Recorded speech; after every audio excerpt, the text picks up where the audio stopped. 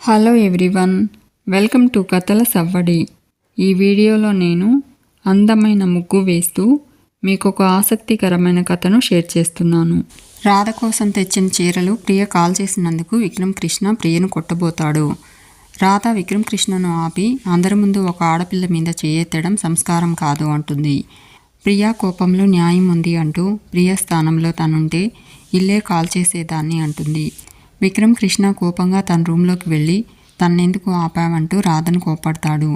Flower వాసులు పగలగొడతాడు.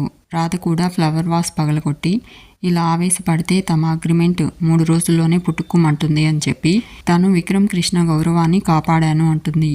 విక్రమ్ కృష్ణ రాధ పర్మనెంట్గా తమ ఇంట్లోనే ఉండిపోవాలని, అందరి దృష్టిలో మంచి అనిపించుకోవాలని అలా చేసింది అంటాడు. రాధ అంత లేదు, మా నాన్న కోసమే ఈ అగ్రిమెంట్ పెళ్లి చేసుకున్నాను అని చెప్పి రాధ కోపంగా వెళ్ళబోతూ ఉంటుంది. రాధ కాలికి కింద పడి పగిలిన ఫ్లవర్ వాస్ ముక్క గుచ్చుకోవడంతో రాధ అరుస్తూ నడవలేకపోతుంది. విక్రమ్ కృష్ణ రాధకు హెల్ప్ చేయబోతూ ఉంటే రాధ వద్దంటూ నడవడానికి ట్రై చేస్తూ విక్రమ్ కృష్ణ మీద పడిపోతుంది. విక్రమ్ కృష్ణ కుర్చీలో పడతాడు. విక్రమ్ కృష్ణ ఒళ్ళు రాధ పడుతుంది. రాధ బిహేవియర్ గురించి మాట్లాడుకుంటూ ఉన్న ప్రియా అను విండోలో నుంచి రాధను విక్రమ్ కృష్ణను అలా చూసి షాక్ అవుతారు. ప్రియా ఇలా అయితే అది త్వరలోనే వాంతులు చేసుకుంటుంది అంటూ ఏదో ఒకటి చేసి రాధను విక్రమ్ కృష్ణకు దూరం చేయాలని చెప్పి వెళ్ళిపోతుంది. ఇక సునంద రాధ బిహేవియర్ గురించి ఆలోచిస్తూ ఉంటే నందగోపాల్ సునంద దగ్గరకు వస్తాడు.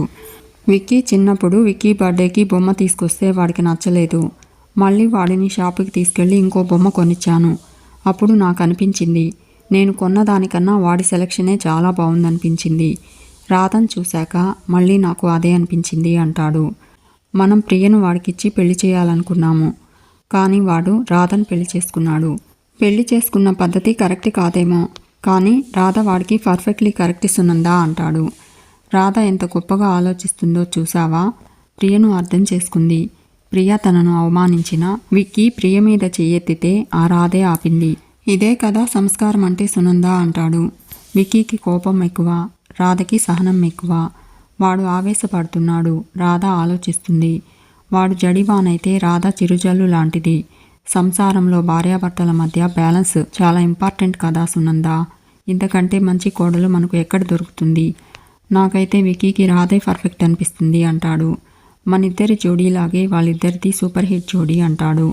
బండికి ఎంత స్పీడ్ ఉన్నా బ్రేకులు కూడా అంతే అవసరం కదా. బతుకు బండి కొనసాగాలి అంటే ఒకరినొకరు అర్థం చేసుకోవడం, ఒకరి ఎమోషన్స్ని ఇంకొకరు కంట్రోల్ చేయడం చాలా అవసరం కదా సునందా. మనకి చాలా మంచి కోడలు వచ్చిందనిపిస్తుంది. విక్కీ చెప్పకుండా పెళ్లి చేసుకుని తప్పు చేశాడేమో, కానీ రాధను పెళ్లి చేసుకుని కరెక్ట్ చేశాడు సునందా. ఈ రోజుల్లో రాధ లాంటి సాంప్రదాయమైన అమ్మాయి మనకు దొరకదు. తను మన ఇంటి కోడలు కావడం ఆ దైవ సంకల్పమే కావచ్చు అంటాడు. సునంద ఆలోచిస్తూ ఉంటుంది. ఇక కింద పడిన రాధ పైకి లేవడానికి విక్రమ్ కృష్ణ హెల్ప్ అడుగుతుంది.